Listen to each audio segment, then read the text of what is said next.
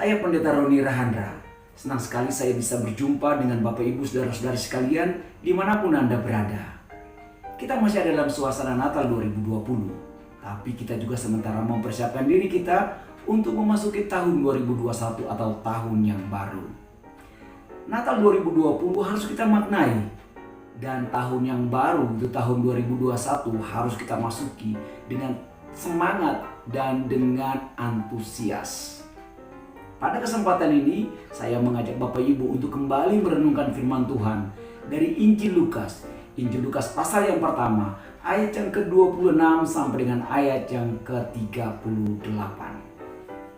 Jika kita merenungkan Injil Lukas pasal yang pertama, ayat 26 sampai dengan ayat yang ke-38, maka di sana kita akan menemukan 3 hal penting yang bisa kita jadikan sebagai dasar untuk kita melangkah di dalam iman memasuki tahun 2021. Poin yang pertama Bapak Ibu adalah simpulkan dari ayat 28 dan ayat yang ke-30 bahwa dia datang untuk dia memberikan kasih karunia. Maria, wanita yang sederhana, tinggal di desa dan dia benar-benar mendapat perhatian dari Allah dan dia mendapatkan kasih karunia dari Allah. Pernyataan kasih karunia dari Allah ini disampaikan langsung oleh malaikat Gabriel kepada Maria. Bapak Ibu yang terkasih, Natal tahun ini menyadarkan kita dan mengingatkan kita bahwa kita mendapatkan perhatian spesial dari Allah. Kita mendapatkan kasih karunia dari Allah. Dan sekali lagi kasih karunia atau pemberian yang khusus itu diberikan, tiap kita berbeda-beda.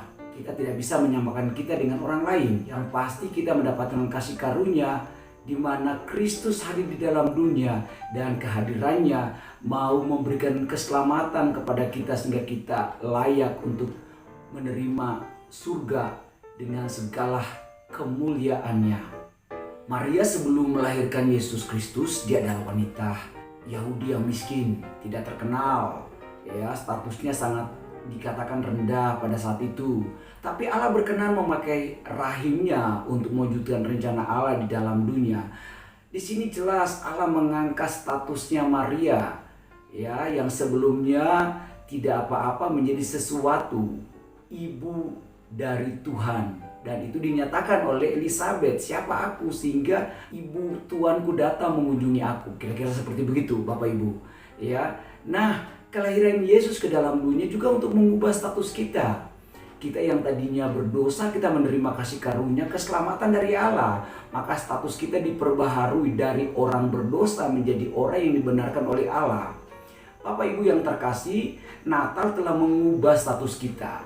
Ya, kita tidak lagi menjadi terintimidasi, kita tidak lagi mau untuk diberikan hal-hal yang negatif tentang diri kita. Kenapa? Karena kita telah dilayakkan di hadapan Allah untuk menyembah Dia, untuk memuji Dia dan memanggil Dia Aba ya Bapa. Karena status kita adalah anak-anak Allah. Dan poin yang terakhir atau poin yang ketiga adalah kita temukan dari ayat yang ke-28 bahwa Natal atau kedatangan Tuhan Yesus itu untuk menyertai kita. Setiap saudara dan saya yang percaya, Tuhan menyertai kita. Ya, di dalam pembacaan yang kita sudah bacakan ketika malaikat menyapa Maria dengan berita tentang penyertaan Tuhan atasnya, pernyataan ini benar-benar memberikan Maria kemampuan, kekuatan dalam dirinya untuk dia menerima tugas yang berat di dalam hidupnya. Dan penyertaan Allah tidak hanya berlaku pada saat itu saja Bapak Ibu, saudara-saudara. Tetapi sampai hari ini, bahkan sampai akhir zaman, Tuhan akan menyertai umatnya yang percaya kepadanya. Sesungguhnya anak darah itu akan mengandung dan melahirkan seorang anak laki-laki. Dan mereka akan menamakan dia Immanuel, yang berarti Allah menyertai kita. Bapak Ibu yang terkasih, masukilah tahun 2021 dengan keyakinan, dengan sebuah kepastian bahwa Allah yang kita sembah, Allah itu yang telah memberikan kita kasih karunia. Dan Allah itu juga sudah mengangkat status kita dan Dia berjanji menyertai kita. Tuhan Yesus memberkati.